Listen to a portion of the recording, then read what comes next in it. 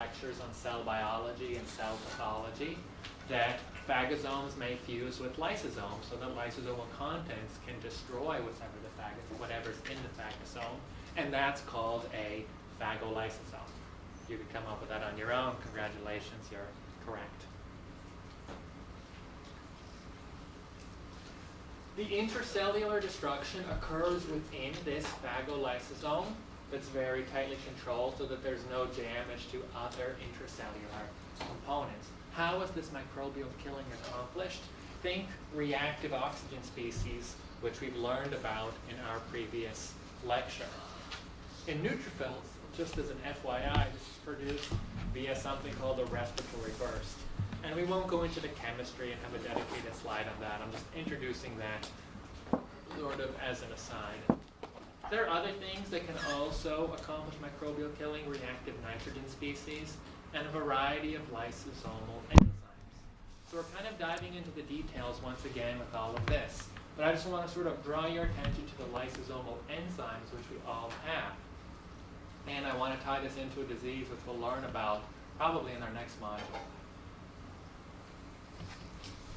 which is alpha-1 antitrypsin deficiency. So what do I want to tell you guys in this slide? Lysosomal enzymes are present not only in normal constituent cells, like just your normal cell which lines the lining of your skin or your lungs or something like that, but lysosomal enzymes are also present in inflammatory cells. And when inflammatory cells like neutrophils do what they're supposed to do during an inflammatory response, they spill out all of their contents.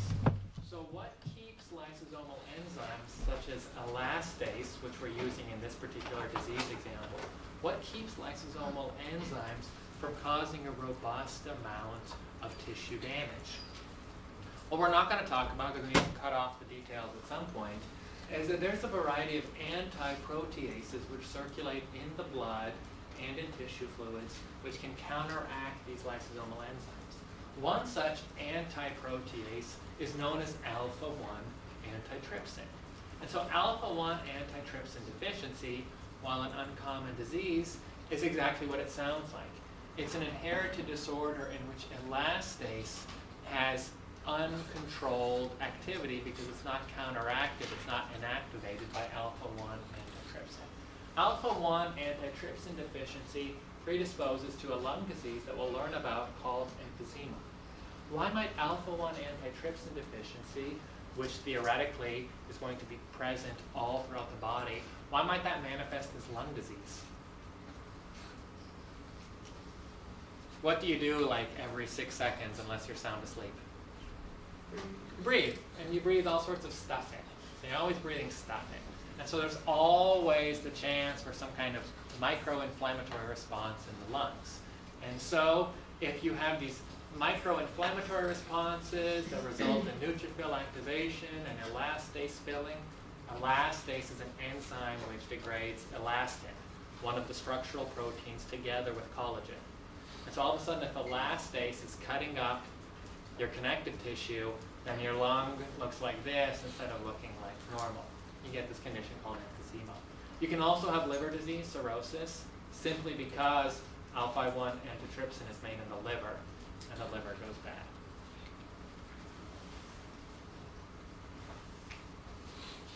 Okay, so we've learned a little bit about phagocytosis. I want to talk specifically about the neutrophil. So the neutrophils, we've already learned, are our first responders. The neutrophils are our EMS in inflammation. And neutrophils make these things, which are given a cute enough acronym, NET.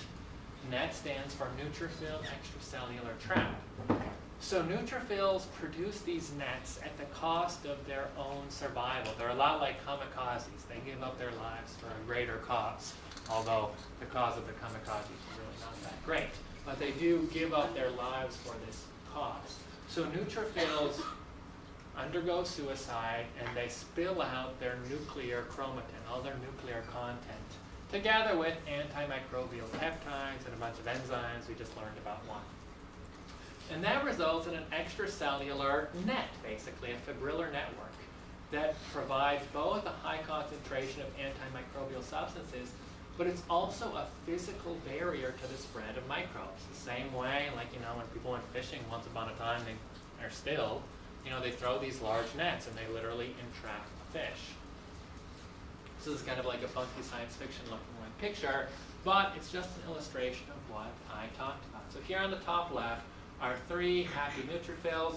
They've been stained with really, really bright colors that highlight their nucleus, red, and their cytoplasm, green. And here are some neutrophils spilling out their nuclear contents. You can even see this neutrophil on the right. The cytoplasm is about what it's supposed to be, but you don't have a nucleus. You kind of have this hole or this halo where the nucleus was. And here on the right, it's not the prettiest picture, but all this stuff is a net, a neutrophil trap. And these little things are little microbes, little staphylococcal bacteria, which are entrapped by the net.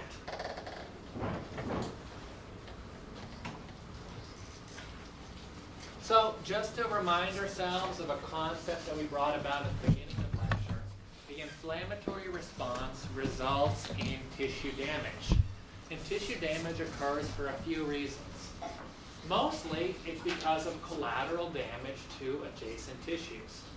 You get a mosquito bite, and your mosquito bite is teeny tiny, but there's still a certain amount of tissue that is swollen, that is itchy, so on and so forth, even from something as trivial as a mosquito bite. But other causes of tissue damage are autoimmune disease, and I think I've mentioned sort of the skin blistering disease, which is what this is. This is something called pemphigoid. We'll learn about pemphigoid. If the immune system inappropriately perceives its own skin as foreign, then it attacks the skin and the skin begins to blister off instead of being attached to the underlying connective tissue like it's physiologically supposed to do. And allergies, we've already talked about allergies as a potential example.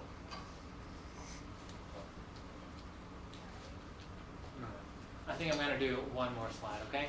So how does all of this end? And we're not going to go into details here, but just conceptually I want to make a couple of points.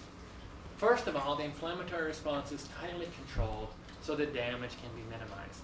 There are certain mediators of inflammation. We will learn about those when we come back from our 10-minute break. And these mediators have a very short half-life, and they're produced only in short bursts in response to a stimulus. And so inflammation, which is tightly controlled by mediators, is therefore tightly controlled in a temporary sense as well. The inflammatory response also generates anti-inflammatory mediators.